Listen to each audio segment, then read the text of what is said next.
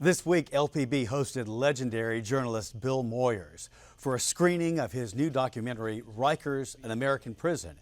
It was at the Louisiana Old State Capitol in Baton Rouge. Moyers told the audience about his career and his approach to filming the documentary. And afterwards, I sat down with him to talk about his life, his career, his love.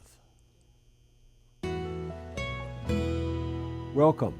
I'm glad we could get together again. Now 83, Bill Moyers has spent his life telling stories as an acclaimed journalist and author. And of course, journalism is the greatest expansion in one's life if you get the right work at the right time in the right place. And I did in public broadcasting. Early on, his goal was to be a political journalist.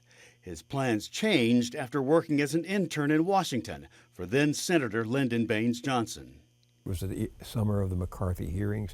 It was a summer of other unfortunate happenings in Washington. I was disillusioned about the political system, and I had this sense I wanted to do something worthwhile.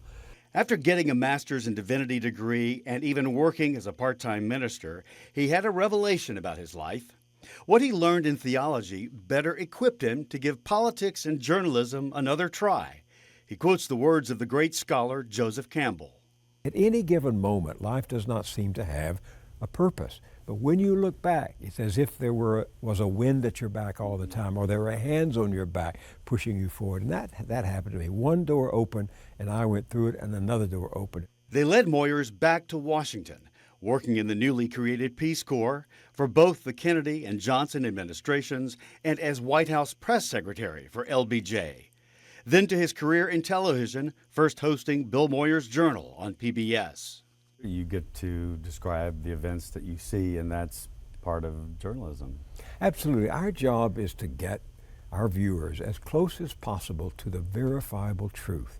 And the truth is never exact, but if it's the truth, it gets you a sense of reality. And our job is to hold up the truth as we can find it and reality that truth reveals to the best of our ability. Tell me about your parents. My parents were everyday people. My father had a fourth grade education. He had to leave elementary school to go in the field and pick cotton to help support his family back in when he was a kid. My mother had an eighth grade education. They were very people of great character. My father paid for my birth, paid the doctor for my birth. He had no money, by carrying the stone to build the new doctor's office in the little town where I grew up. They were really good people. My father lived until in his late 80s, my mother until she was 92 or 93. Well, they taught you accountability, responsibility, and it sounds like a lot of love. They and the community. This was a town of 20,000, Marshall, Texas, just across the border from Shreveport, Louisiana. Been in Louisiana a lot. I could always tell when we got to Louisiana because the roads became immediately rough in Louisiana. We had good roads in Texas. Not all the money went to the politicians' pockets in those days. Still that way. Right. A book left under a chair opened the door that allowed him to meet the woman who would become his wife. They were both freshmen in college. And I took it to the teacher. Dr. Osmond, Miss Davidson has left her book under her chair. What do we do? She said, well, you idiot, take it to her dormitory. How fortuitous. So I went, yeah, how fortuitous, He brought the book to her dormitory. 2 years later, he married Judith Davidson. That was 63 years ago, and they remain together. We didn't know at that time that the wind was behind our back.